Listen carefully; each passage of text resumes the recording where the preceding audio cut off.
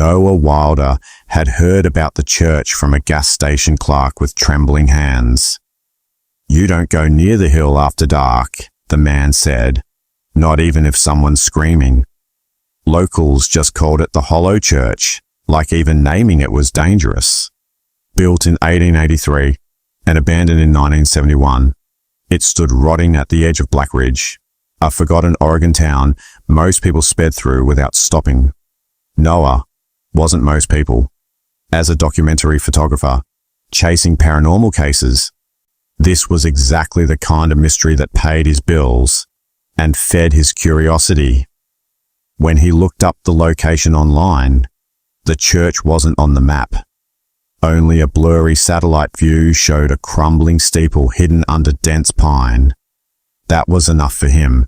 He packed his gear, charged the infrared, and set a course toward what the locals avoided like a curse. If you're drawn to dark places, you'll want to see what Noah saw. Don't forget to subscribe to Stories in Shadows for more mystery stories. Just be sure to leave a light on tonight, because what Noah found inside wasn't just abandoned, it had been waiting. The road to Black Ridge narrowed as Noah drove deeper into the woods. Cell signal vanished. Trees pressed in on both sides, thick enough to block the sun. At mile marker 17, he passed an old sign snapped in half. The remaining letters read, Saint something. The rest had been swallowed by moss. His rental car shuddered as the pavement turned to gravel. Eventually, even that ended. He parked beside a rusted wire gate tangled in vines and got out. The forest was still. No birdsong, no wind, just a pressure, like the world had stopped breathing. Beyond the gate, the path curved out of sight into a dense cluster of trees. He stepped forward, boots crunching on the frost-covered ground. Each step felt heavier than the last. On the gatepost, someone had carved a crude cross. It looked fresh. The wood underneath was clean. That meant someone had been here recently, or they never left. Noah raised his camera, snapped a photo, and swore he saw movement in the trees. When he looked again, nothing. But the cold had changed. It felt personal.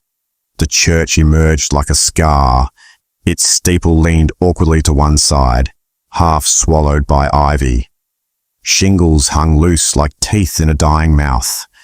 The doors were chained shut, sealed with a heavy padlock, though the windows were long gone. Noah circled the structure slowly, documenting the decay. The foundation was cracked. The stone warped like something had shifted underneath it. On the side wall, painted in flaking red, was a single word: return.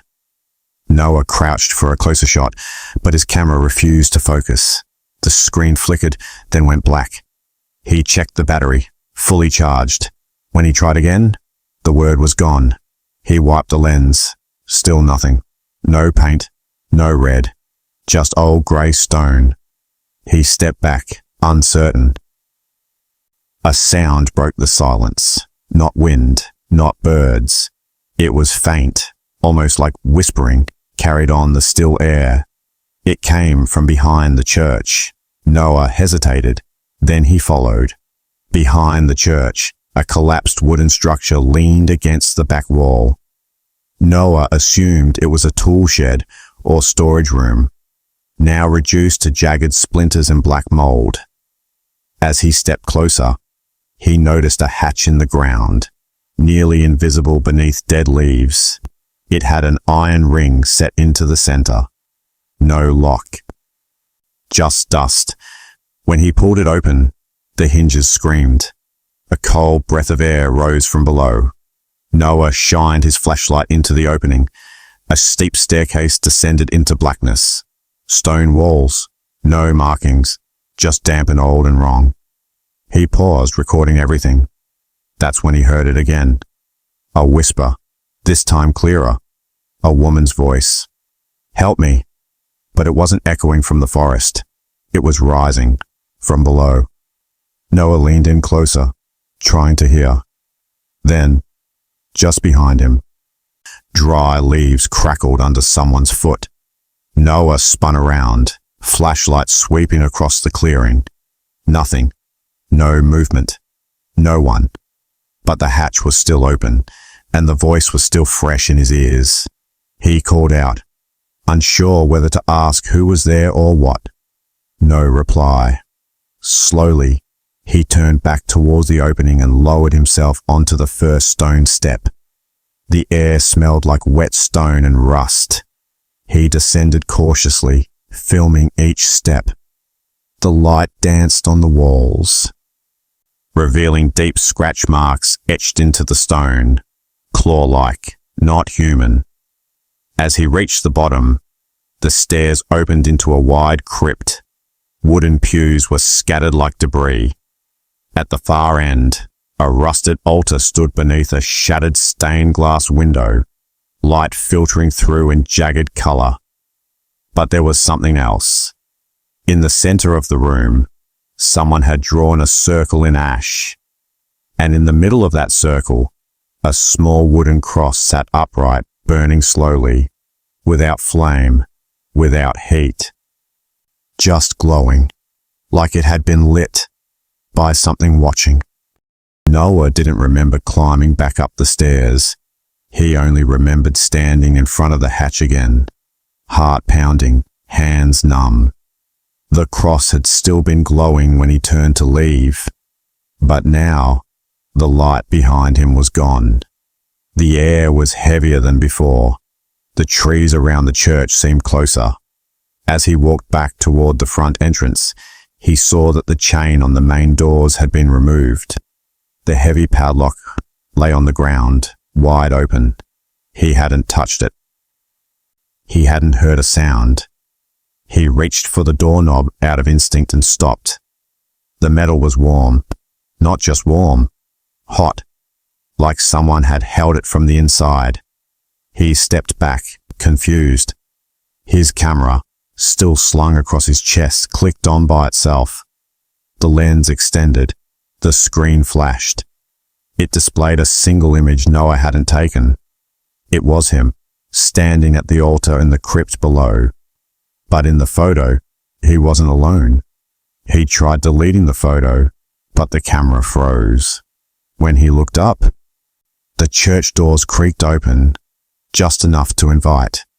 The air from inside wasn't musty like he expected. It was dry, sterile, wrong.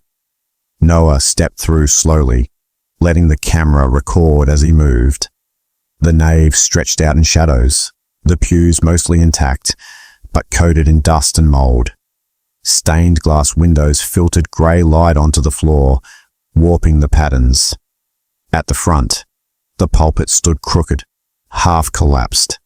Behind it, a tall iron cross loomed, its arms twisted like they had melted. But what caught Noah's eye wasn't the cross. It was what was at its base, a worn Bible, opened perfectly flat, as if placed there moments ago. He approached it cautiously. The pages were blank, every single one, except for the last. Scrawled in something dark and dried were 5 words. You came. You opened it. As Noah stared at the strange message, his flashlight flickered. Then it went out. He slapped it once, twice. Nothing. Darkness pressed against his skin like water. Then, the camera light turned on by itself, casting a pale beam into the apse. He swung it slowly across the walls. Faded paintings of saints stared back at him, their faces decayed, their eyes gone black. A whisper rose again, closer this time. Not a plea, not a cry. Laughter, childlike, distant and echoing. He turned sharply and caught a glimpse of something moving through the pews. A figure too tall, too thin, gliding instead of walking. He pointed the camera, but the screen just showed static. The sound grew louder, surrounding him now, circling.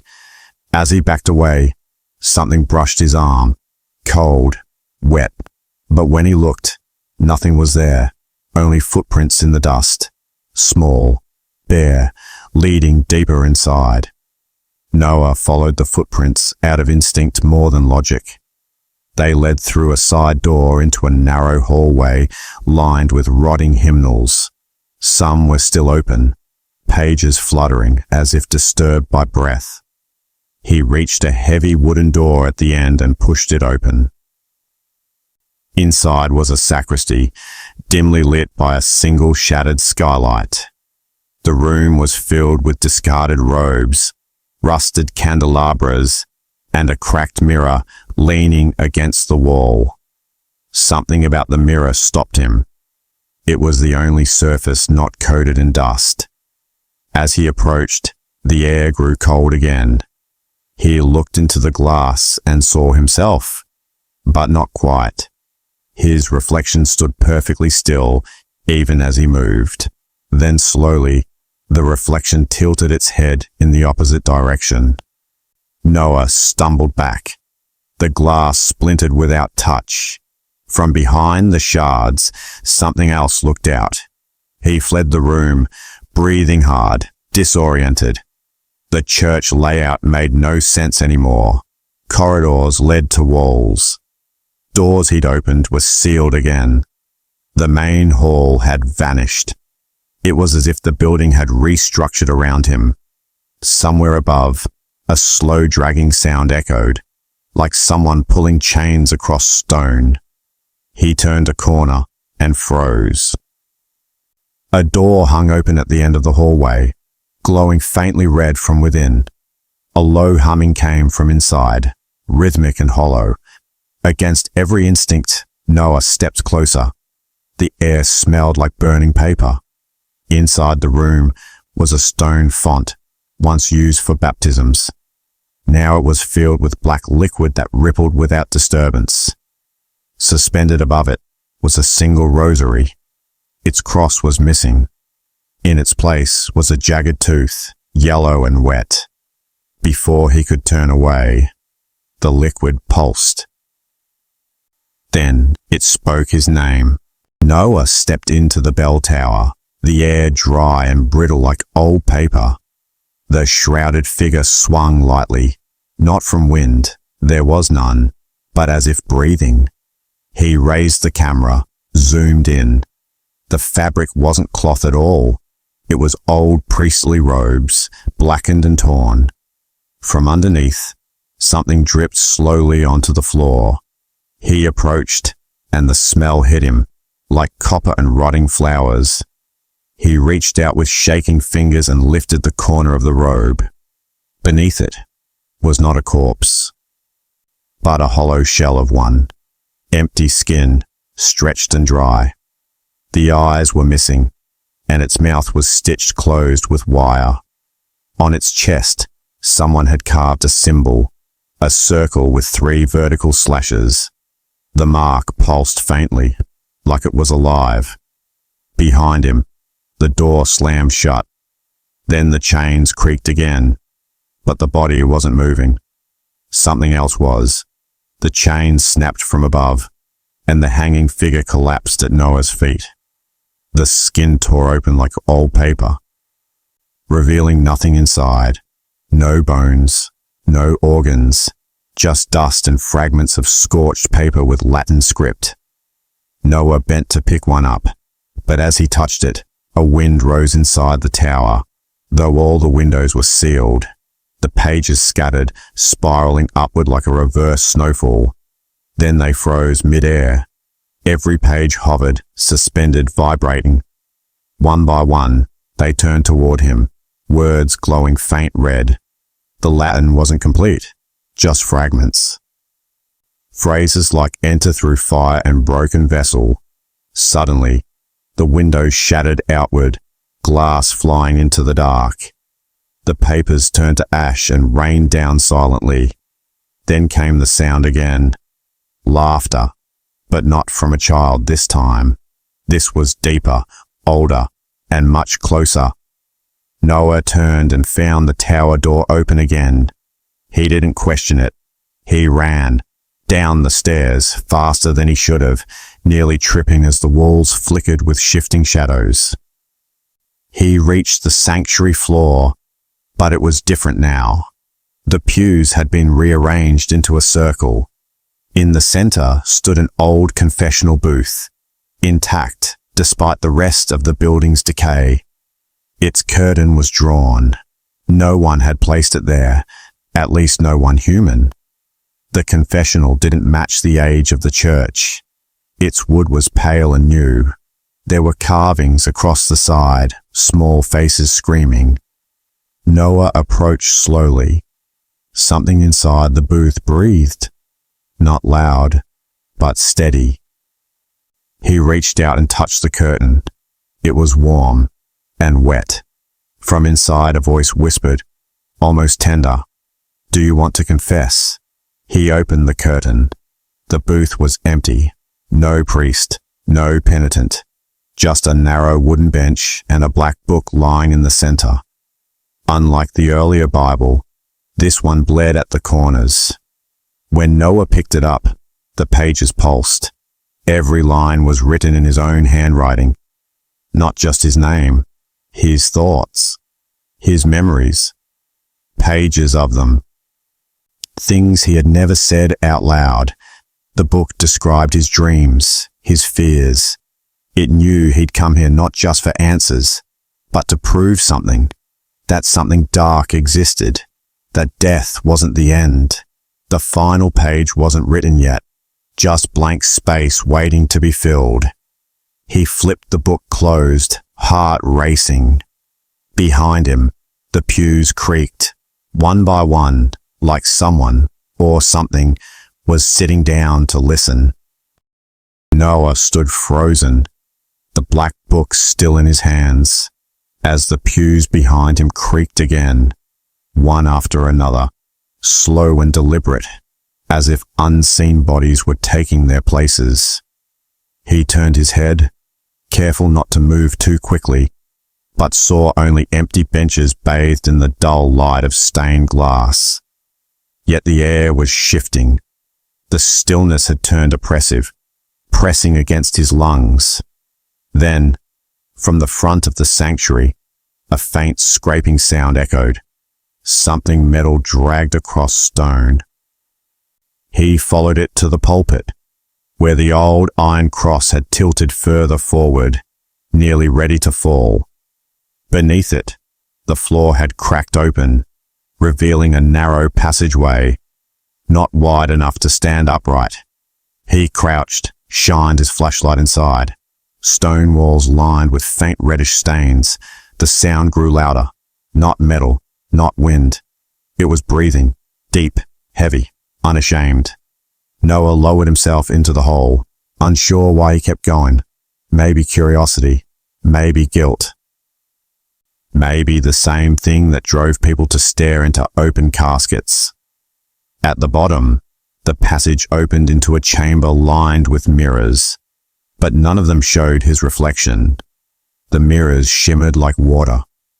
Noah stepped forward, unsure whether they were glass or something else entirely.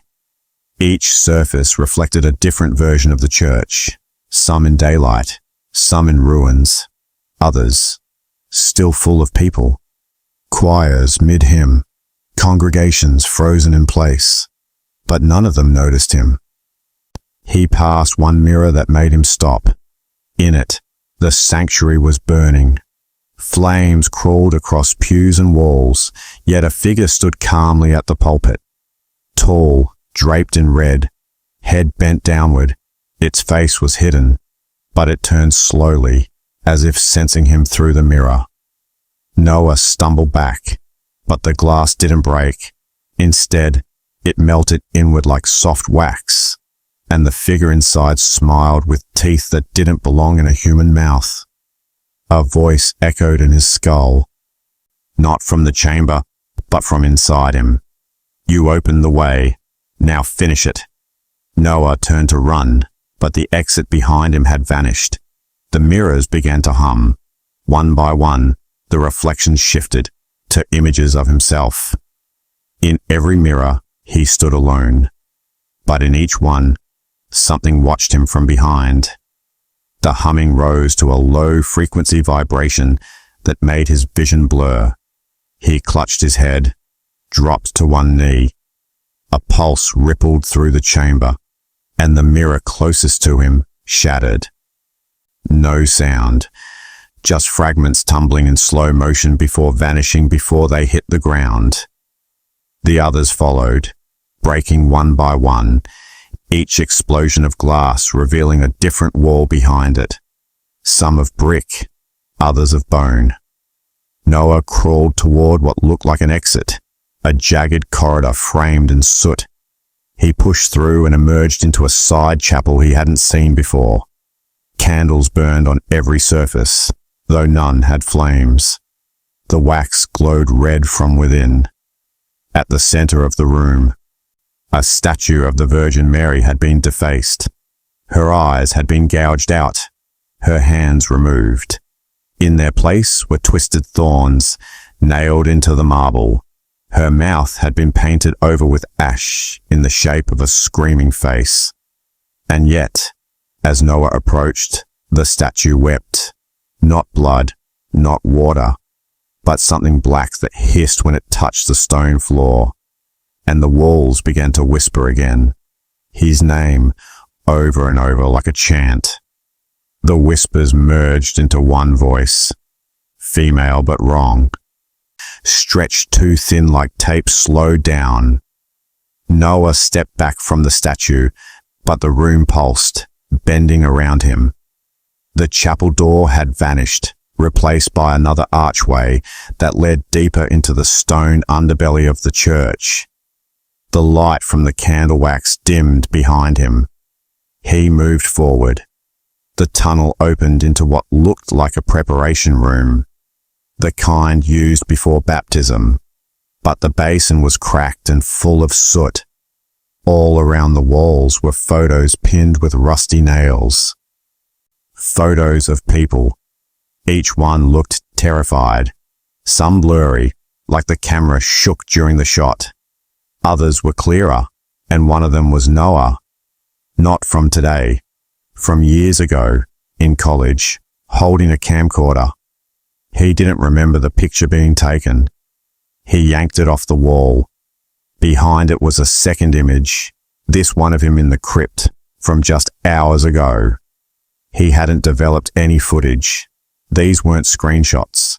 They were printed, developed, placed here. By someone, or something, that had been expecting him. The air in the room turned warm. Something behind him exhaled. And then the lights went out. In complete darkness, Noah froze. He didn't scream. He didn't move. The breath behind him was real, slow, steady, not animal, not wind, human, or pretending to be. The sound shifted slightly, as if whatever was behind him tilted its head. Noah raised his hand, reached for the camera strapped to his chest, and pressed record. The red light blinked once. Something grabbed his wrist. Not hard, just enough to let him know it could. Then it released. The light flickered on.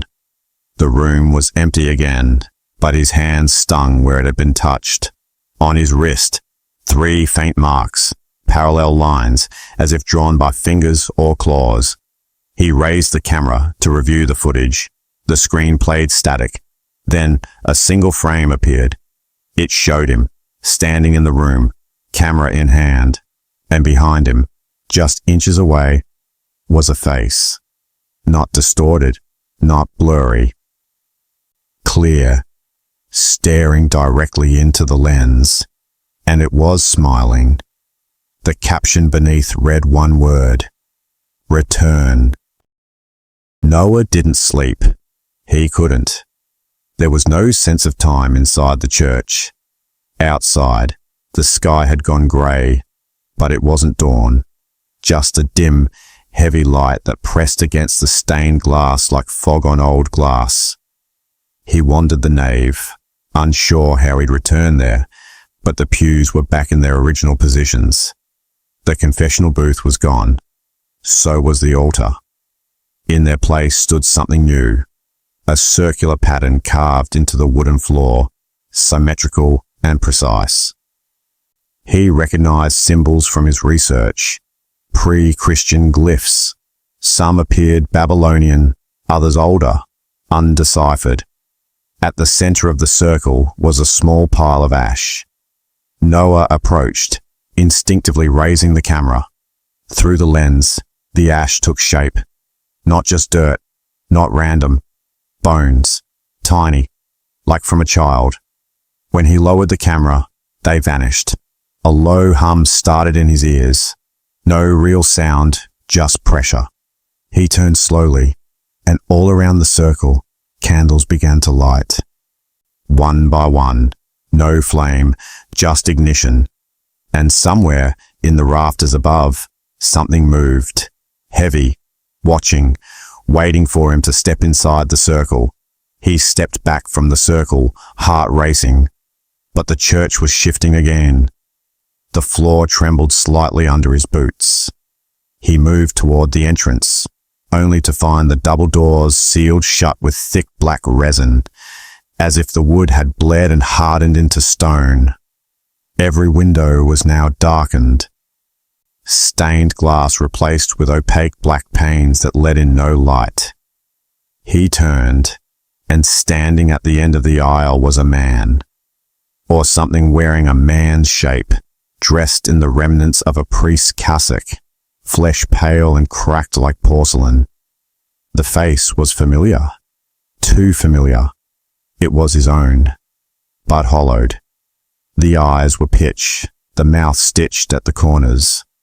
The figure raised its hand slowly, pointing at the center of the circle. Then its mouth broke open, tearing the stitches. No sound came out, but Noah felt it. In his bones, a scream without air. The candles flared, and something behind the figure stepped into the light. Taller, head brushing the ceiling beams, its body was wrapped in veils that shifted like smoke. Noah didn't move. He couldn't. The circle was open now, and it wanted him inside. Noah ran, through the sacristy, into stairwells that hadn't existed before, down corridors lined with mirrors that no longer reflected anything, only darkness. He passed rooms he didn't recognize, classrooms filled with collapsed desks, a nursery with shattered cribs, a choir loft holding nothing but gnawed sheet music. The church wasn't just haunted, it was alive, changing with him, adapting, testing. At last he found a small wooden door, slightly ajar. He pushed it open and entered a narrow hallway that led to a stone arch. Carved above it in Latin were the words, "Nulla redemptio," no redemption. The hallway beyond sloped downward, and he followed it without question.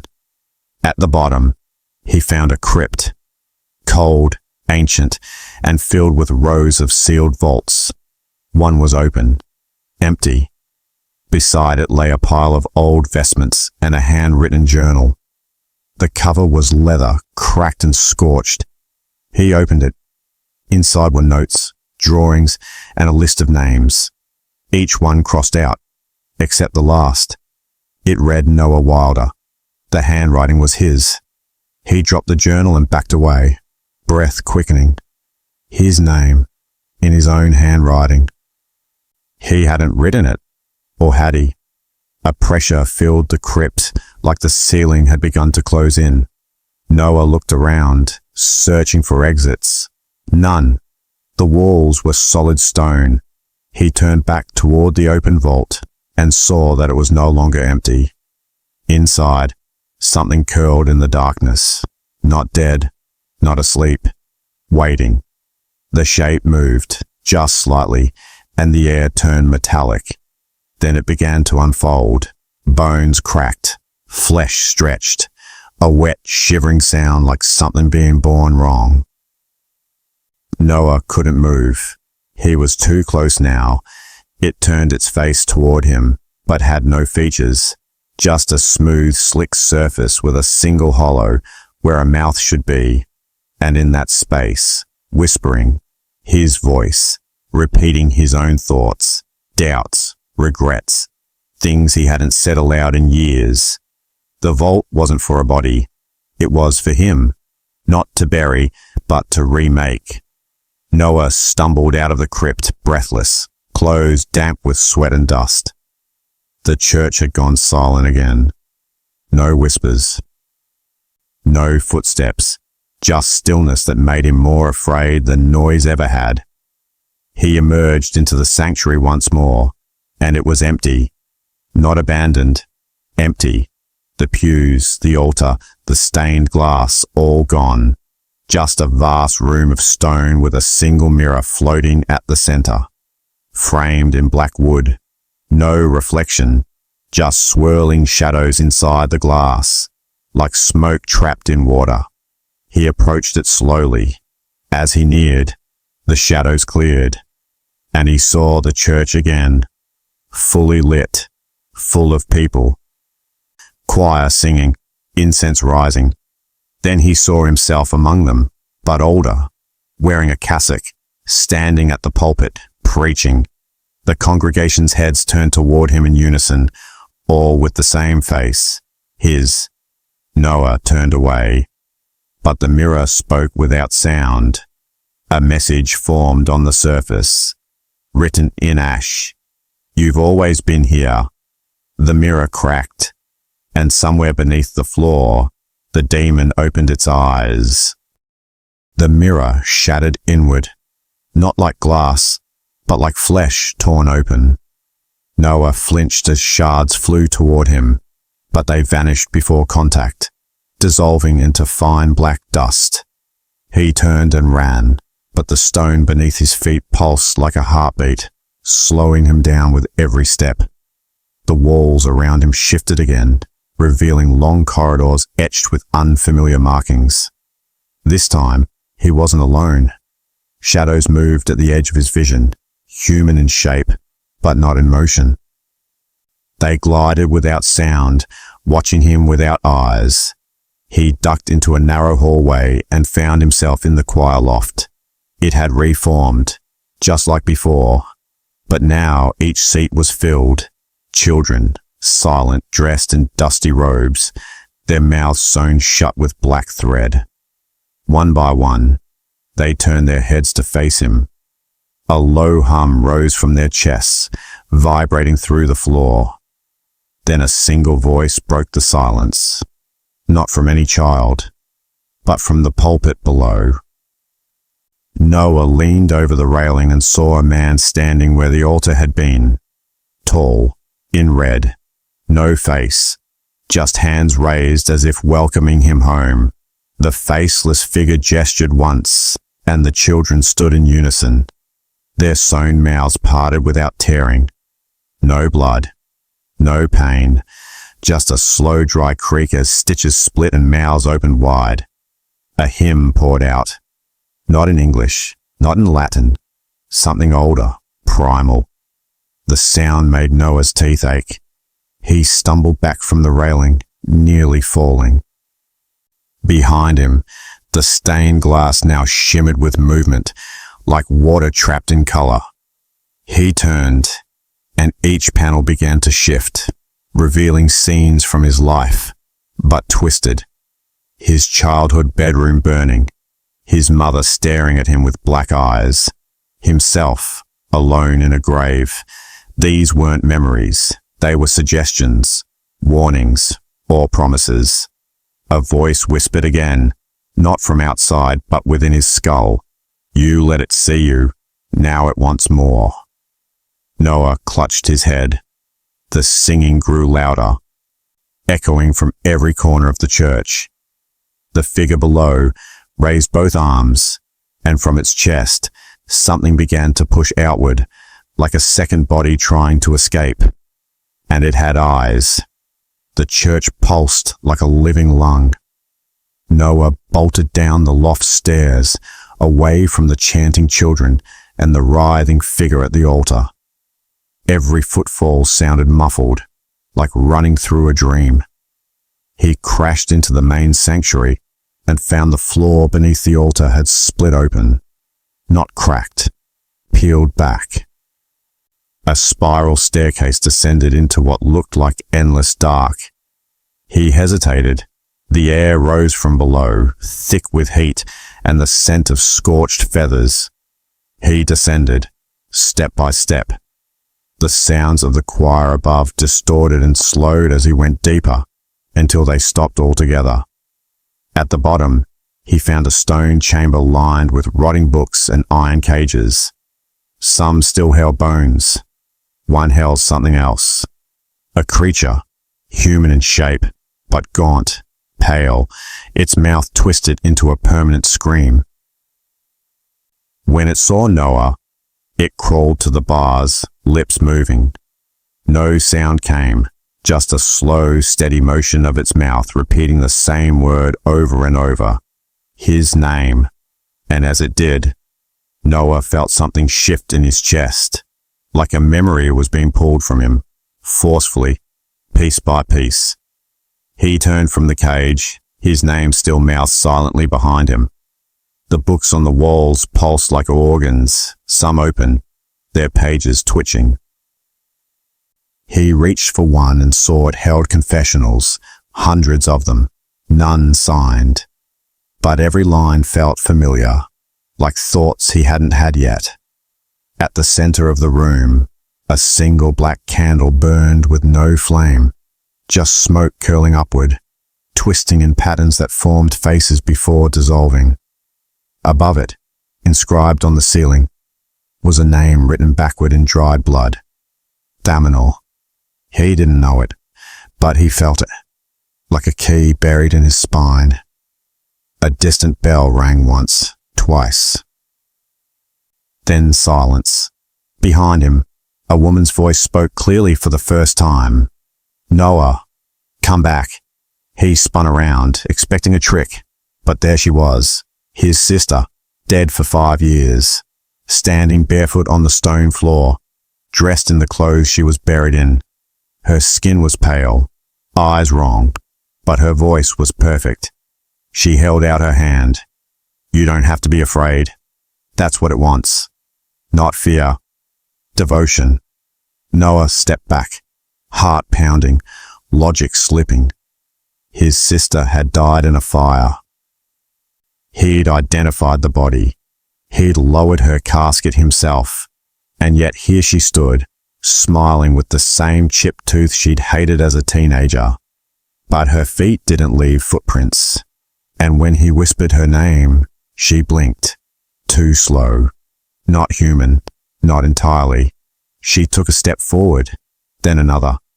Her voice changed slightly, lower, more layered, as if several people were speaking through her. The demon had found a form he couldn't refuse. She offered her hand again, and this time, her skin rippled. Beneath it, something moved. Noah screamed and threw the book in his hand toward her. The moment it struck, she vanished. The room darkened instantly, and then the black candle in the center exploded in silence. Smoke filled the chamber, twisting around him, slipping into his nose, mouth, ears. The darkness whispered once more. Daminal is awake. Noah dropped to his knees as every memory, real and false, flashed through him. Then it stopped. He stood, and the door ahead opened. Not to freedom, but to the next stage of the ritual. Noah stepped through the door into a sanctuary unlike the one above. This chamber was massive, domed, built from obsidian stone veined with crimson light that pulsed like veins beneath skin. High above, statues of angels lined the ceiling, but they were inverted, hanging upside down with their eyes gouged and wings clipped. At the center stood a massive baptismal font, filled not with water, but with a dark liquid so still it reflected nothing. The air was warm, heavy, breathing. As Noah moved closer, the surface began to ripple without cause. He raised his camera. It refused to power on. His flashlight dimmed. Still, He leaned over the font. Beneath the surface, he saw shapes, faces, twisting silently. One looked like his father, another like the woman from the confessional painting. Then he saw his own face, staring up in terror, mouth wide. Suddenly, the liquid surged upward in a column of darkness and enveloped his hand. It wasn't just wet, it was conscious. It pulled. He yanked back and fell, shaking, heart slamming in his chest. The font calmed again. Behind him, footsteps, but not human, something with claws. He scrambled behind a stone pillar as the creature entered. It walked upright but jerked with unnatural spasms, as if pulled by invisible strings. Its skin was tied and grey, stitched crudely across the chest. In place of a face, it had a mask carved from bone, etched with the same 3 slashes he'd seen before. Around its neck was a rosary made of teeth. It passed the font, pausing briefly, head tilting as if sniffing the air. Noah held his breath. The thing growled low, a dry clicking sound, then moved toward the altar at the far end of the chamber. It knelt, in reverence, as if in prayer. At the center of the altar stood a throne, ornate, pulsing, made of the same obsidian as the walls. Empty for now. But Noah could feel it. Something ancient was coming. Preparing. He turned to retreat. But as he moved, his boot knocked over a loose stone. The sound echoed. The masked thing turned. The mask split down the center like jaws opening sideways. And it ran. Noah ran blindly through the chamber, into a side passage carved from uneven stone. The creature's shriek followed close behind, an unholy mixture of human agony and animal hunger. He ducked through a crumbling archway, slamming the rusted iron gate behind him. The creature crashed against it, snarling. Claws scraped metal. Noah stumbled deeper into the corridor and found himself in a narrow vault lined with alcoves. In each alcove, a figure knelt in eternal prayer, mummified, wrapped in red cloth, heads bowed, hands folded. But as he passed, one raised its head. Its mouth moved. He didn't stop to listen. At the end of the passage, he reached a door covered in symbols carved into black stone. His hand moved without instruction, tracing a pattern he didn't recognize but somehow knew. The door opened. Inside was a room with a single object, an ancient mirror framed in bone. Different from the others, its surface didn't reflect anything. Instead, it showed a gate made of living flesh, and behind it, something stirred. Noah stepped toward the mirror. The image became clearer. The fleshy gate pulsed with veins, twitching, sealed by long crooked ribs that acted as bars. From the other side, something massive moved slowly, shifting just enough to show scale. Not human, not animal. Pure force and will.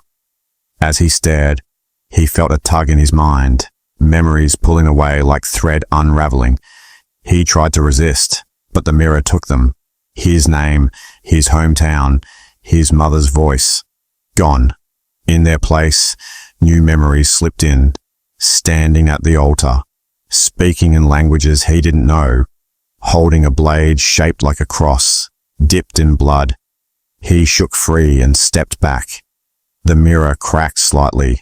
Then a voice boomed in the chamber, not loud, but absolute. You are the vessel, and the vessel must be hollowed. Noah fell to his knees. The wall behind him opened, revealing the throne chamber again. The seat was no longer empty. Something now sat upon it, tall, veiled, and breathing his name like it had known it all along. He stood without realizing.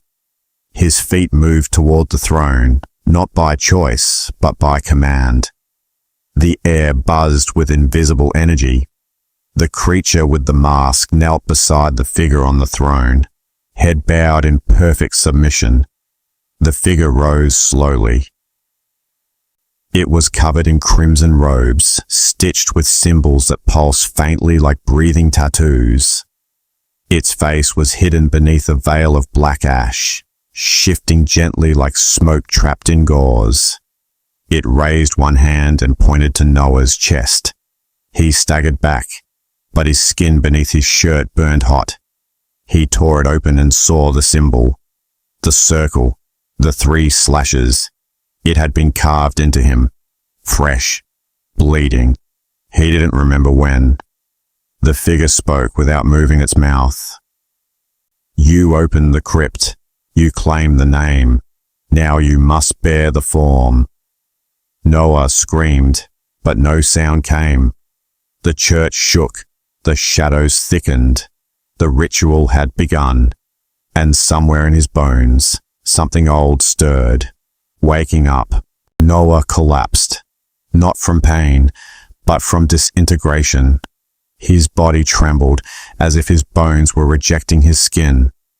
The mark on his chest pulsed with each beat of the demon's breath. The figure on the throne extended both arms as the masked creature began to chant in a voice that sounded more like rust than language. Around them, the chamber dimmed, not from loss of light, but from loss of meaning. Noah's memories unraveled further. His sister's laugh, his first camera, the feel of cold rain. Gone. In their place, visions bloomed. A temple older than this church, buried beneath centuries of ash. A ritual performed by 7 veiled priests. A newborn placed on a stone slab. Noah saw his own eyes on that child, and above him, the same figure now seated on the throne. He wasn't the first vessel. He was the final. A closure. A completion. He tried to speak, to resist, but the mark on his chest burned and his mouth filled with ash. The veiled figure stepped down. It no longer hovered. It walked, and each step made the walls bleed. The demon stood before him now. Its breath wasn't hot. It was cold, so cold Noah's skin blistered from the absence of warmth. The masked creature held out a chalice carved from a skull, filled with the same black liquid from the font. The demon dipped one finger in and traced a line across Noah's brow. Every nerve in his body screamed. He remembered a word from earlier. Daminal. It echoed in his skull. He wasn't just witnessing the ritual. He was becoming it. The masked creature pressed the chalice toward his lips. Noah turned away. For the first time, the demon reacted. It raised its hand. Noah's limbs bent backward, pulled by invisible force. The pain wasn't physical. It was spiritual, like being peeled. The chamber roared with low voices, hundreds speaking at once. Each syllable burrowed deeper into his mind. Drink, they commanded. Drink and be unmade. But through the haze, Noah saw something small in the demon's robes, a silver chain, familiar, his sister's.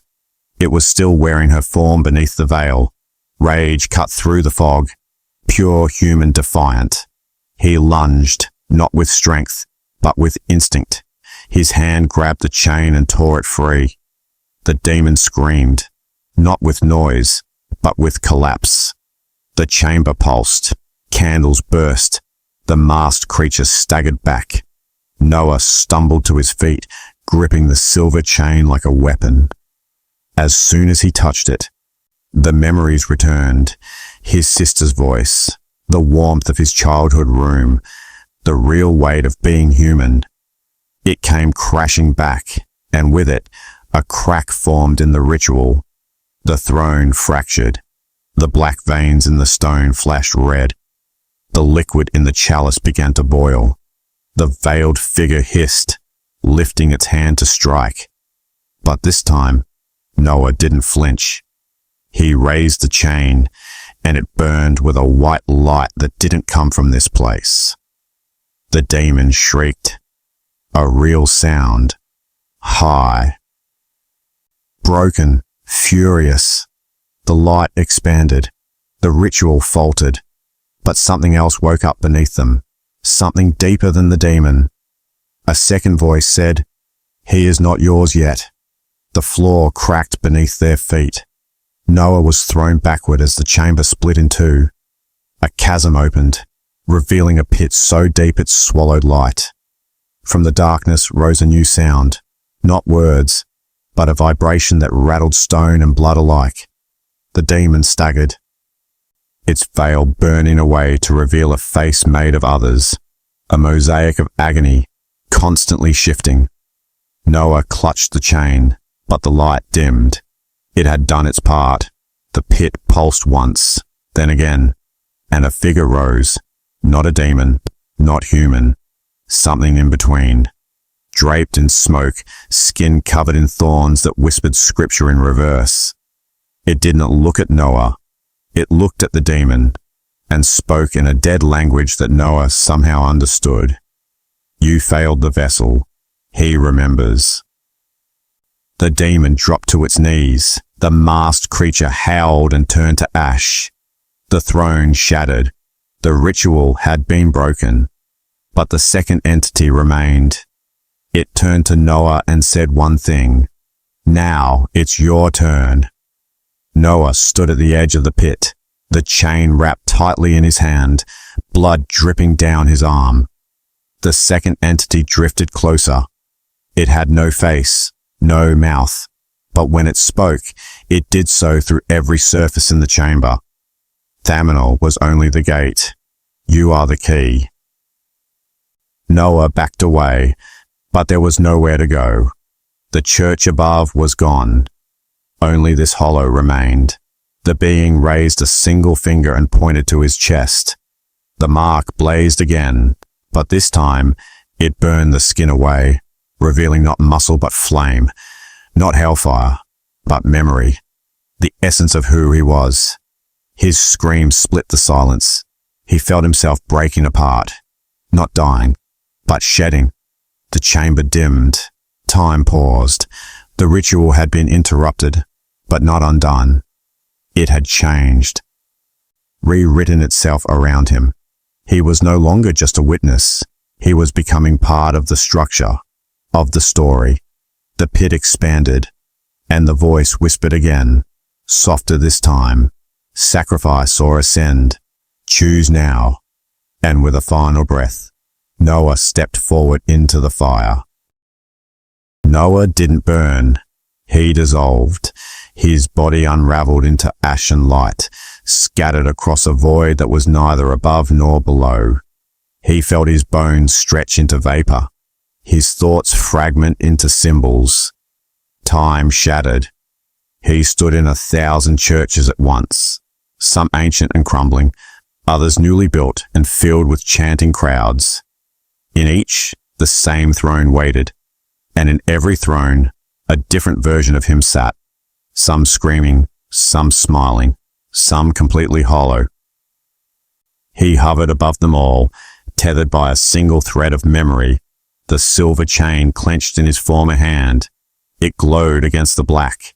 He reached for it, but the void pulled harder. Then, a voice, his own, but older. "You chose this.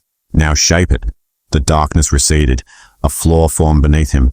The church was back, but not as he left it. It was new, clean, whole. Choirs sang, bells rang, people sat in pews, and he stood behind the altar dressed in red. In his chest, the mark still burned. But no one else seemed to see it, not even the ones with his face. Noah stepped down from the altar, hands trembling. The congregation watched him with perfect stillness, too perfect. No one blinked. No one breathed. He walked the aisle slowly, scanning their faces. Each was familiar, taken from moments in his life, teachers, neighbors, friends long dead. None moved. He stopped in front of a young woman near the back. Her face was his sister's. She looked up and smiled, then whispered, "This is the trap." The others turned to her, mouths stretching wider than possible, revealing endless darkness. Their voices merged into a single word: return. Noah spun around, and the church shattered like glass. He stood once more in the pit. The veiled throne reassembled. The demon was gone. In its place sat the second entity. It opened its arms, not in welcome, in judgment. The illusion had tested him. He failed. It whispered again, "You do not yet understand." That was mercy. And then the throne began to descend, pulling Noah with it into a darkness that had no floor. As they fell, the air around him twisted into corridors. Scenes unfolded on either side, not memories, possibilities. Noah saw himself as a priest, preaching to empty pews while his voice cracked into growls. He saw himself buried alive, whispering prayers to a God that no longer listened. He saw himself walking out of the church, free, but carrying the mark, spreading it, infecting others. The demon didn't need to possess him. It only needed him to survive. He was the carrier now. The ritual had failed, but the contagion remained. Noah screamed, but his voice turned into the same dry whisper he'd heard when the confessional spoke. The second entity raised its hand again. "You are not the first. You are simply the one who looked too deep." At the bottom of the void, a temple appeared, identical to the church, but upside down. Inverted arches. A pulpit shaped like a mouth. He landed at its entrance, whole again, and the doors opened inward. A welcome, or a warning. Inside the inverted church, nothing was stable. Gravity bent sideways, candles burned with no heat, statues wept upward. Noah moved through it like a dream. Every surface was alive, breathing, twitching, pulsing in rhythm with the mark on his chest. He found himself drawn to the altar once more, where a mirror lay on its back like a coffin lid. He looked in and saw not himself, but the demon, still alive, still waiting. It hadn't been defeated. It had only nested deeper. He reached into the glass. His hand passed through. On the other side, the demon opened its eyes, and they were his. You thought this was a prison. It was a womb. The mirror cracked. From it, hands reached out, not to drag him in, but to pull themselves out. Faces of the congregation, children, strangers, his sister, all marked, all changed. He stepped back, but the floor cracked. His foot sank through, then his leg. The mirror grew larger, swallowing the altar. You did not stop the ritual. You gave it form. Noah's last thought before being pulled in was this: if I'm the vessel, who poured me full? The mirror engulfed him. Silence followed. Then slowly, a new church formed. This one not in stone or wood, but in memory, in guilt, in fear. Somewhere far above, the surface world still turned. People drove past Black Ridge, never stopping, still ignoring the hill where the church once stood. But at night, some swore they heard bells, and if you looked too long at the trees, you'd see faces reflected in the bark. A church that builds itself from those who remember. A demon that no longer needs to rise, because it lives through those who've seen it. Noah Wilder was never found, but his voice, his face, his stories, they kept appearing, in photos, in dreams, in static. The vessel was hollowed, the gate remains open, and inside the church, where no one dares to go, a new sermon begins. And the congregation grows. Weeks passed, then months. The church was officially listed as destroyed in a fire no one remembered. No records remained, no images online, But some things couldn't be scrubbed. A live stream uploaded by an unknown account played on loop, static for hours, then a flash of a face. Noah's, then darkness. In forums about abandoned places, whispers began. People who visited the ruins heard voices. Some returned changed, some didn't return at all. And deep beneath the earth, where no light reaches, something old stirs again. The ritual wasn't about awakening the demon. It was about spreading it through screens, through memory, through us. An old priest in a nearby town confessed to seeing the mark appear on his altar. 3 slashes burned into the cloth during midnight mass. He tried to tell others, but his church went dark before sunrise. Another woman found her daughter speaking in Latin despite never learning it. She drew symbols on her bedroom walls. The same ones found under Noah's fingernails. The demon hadn't been cast out. It had been transmitted. It lives not in places, but in belief. Fear is its scripture. Remembering is its worship. You've listened. You've watched. And now, something watches back. Welcome to the congregation. Noah's camera was recovered near Black Hollow Lake, waterlogged but intact. The footage showed the church in perfect condition, though it had burned to the ground weeks earlier. In the video, the front door creaked open, but no one held the camera. The footage walked itself through the nave, into the crypt, toward the altar. A figure in red stood waiting, not Noah, someone else. Each frame flickered between faces. Yours, mine, all of us. Then the screen went black. But before it ended, one phrase appeared in ash-colored text.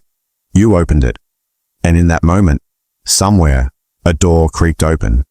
They say, if you dream of the church 3 nights in a row, you won't wake up the same.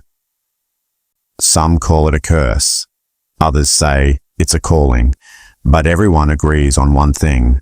The church was never empty. It was always occupied, waiting. And when someone enters, the walls remember. They rearrange. They listen. If you find ash in your sheets, if you hear whispering in Latin through your speakers, if mirrors seem to warp just slightly when you pass, don't look closer. Don't return. It wants curiosity. It wants witnesses. That's how it spreads. Not with fire, with faith.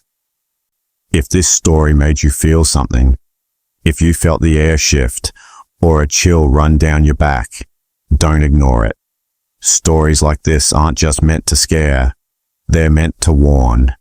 It wasn't empty. The demon inside the abandoned church is just one of many mystery stories we bring to light. Subscribe to Stories in Shadows so you don't miss the next tale waiting in the dark. Share this with someone you trust, and maybe someone you don't. Because the more who know, the stronger the light. And in places like this, light is everything.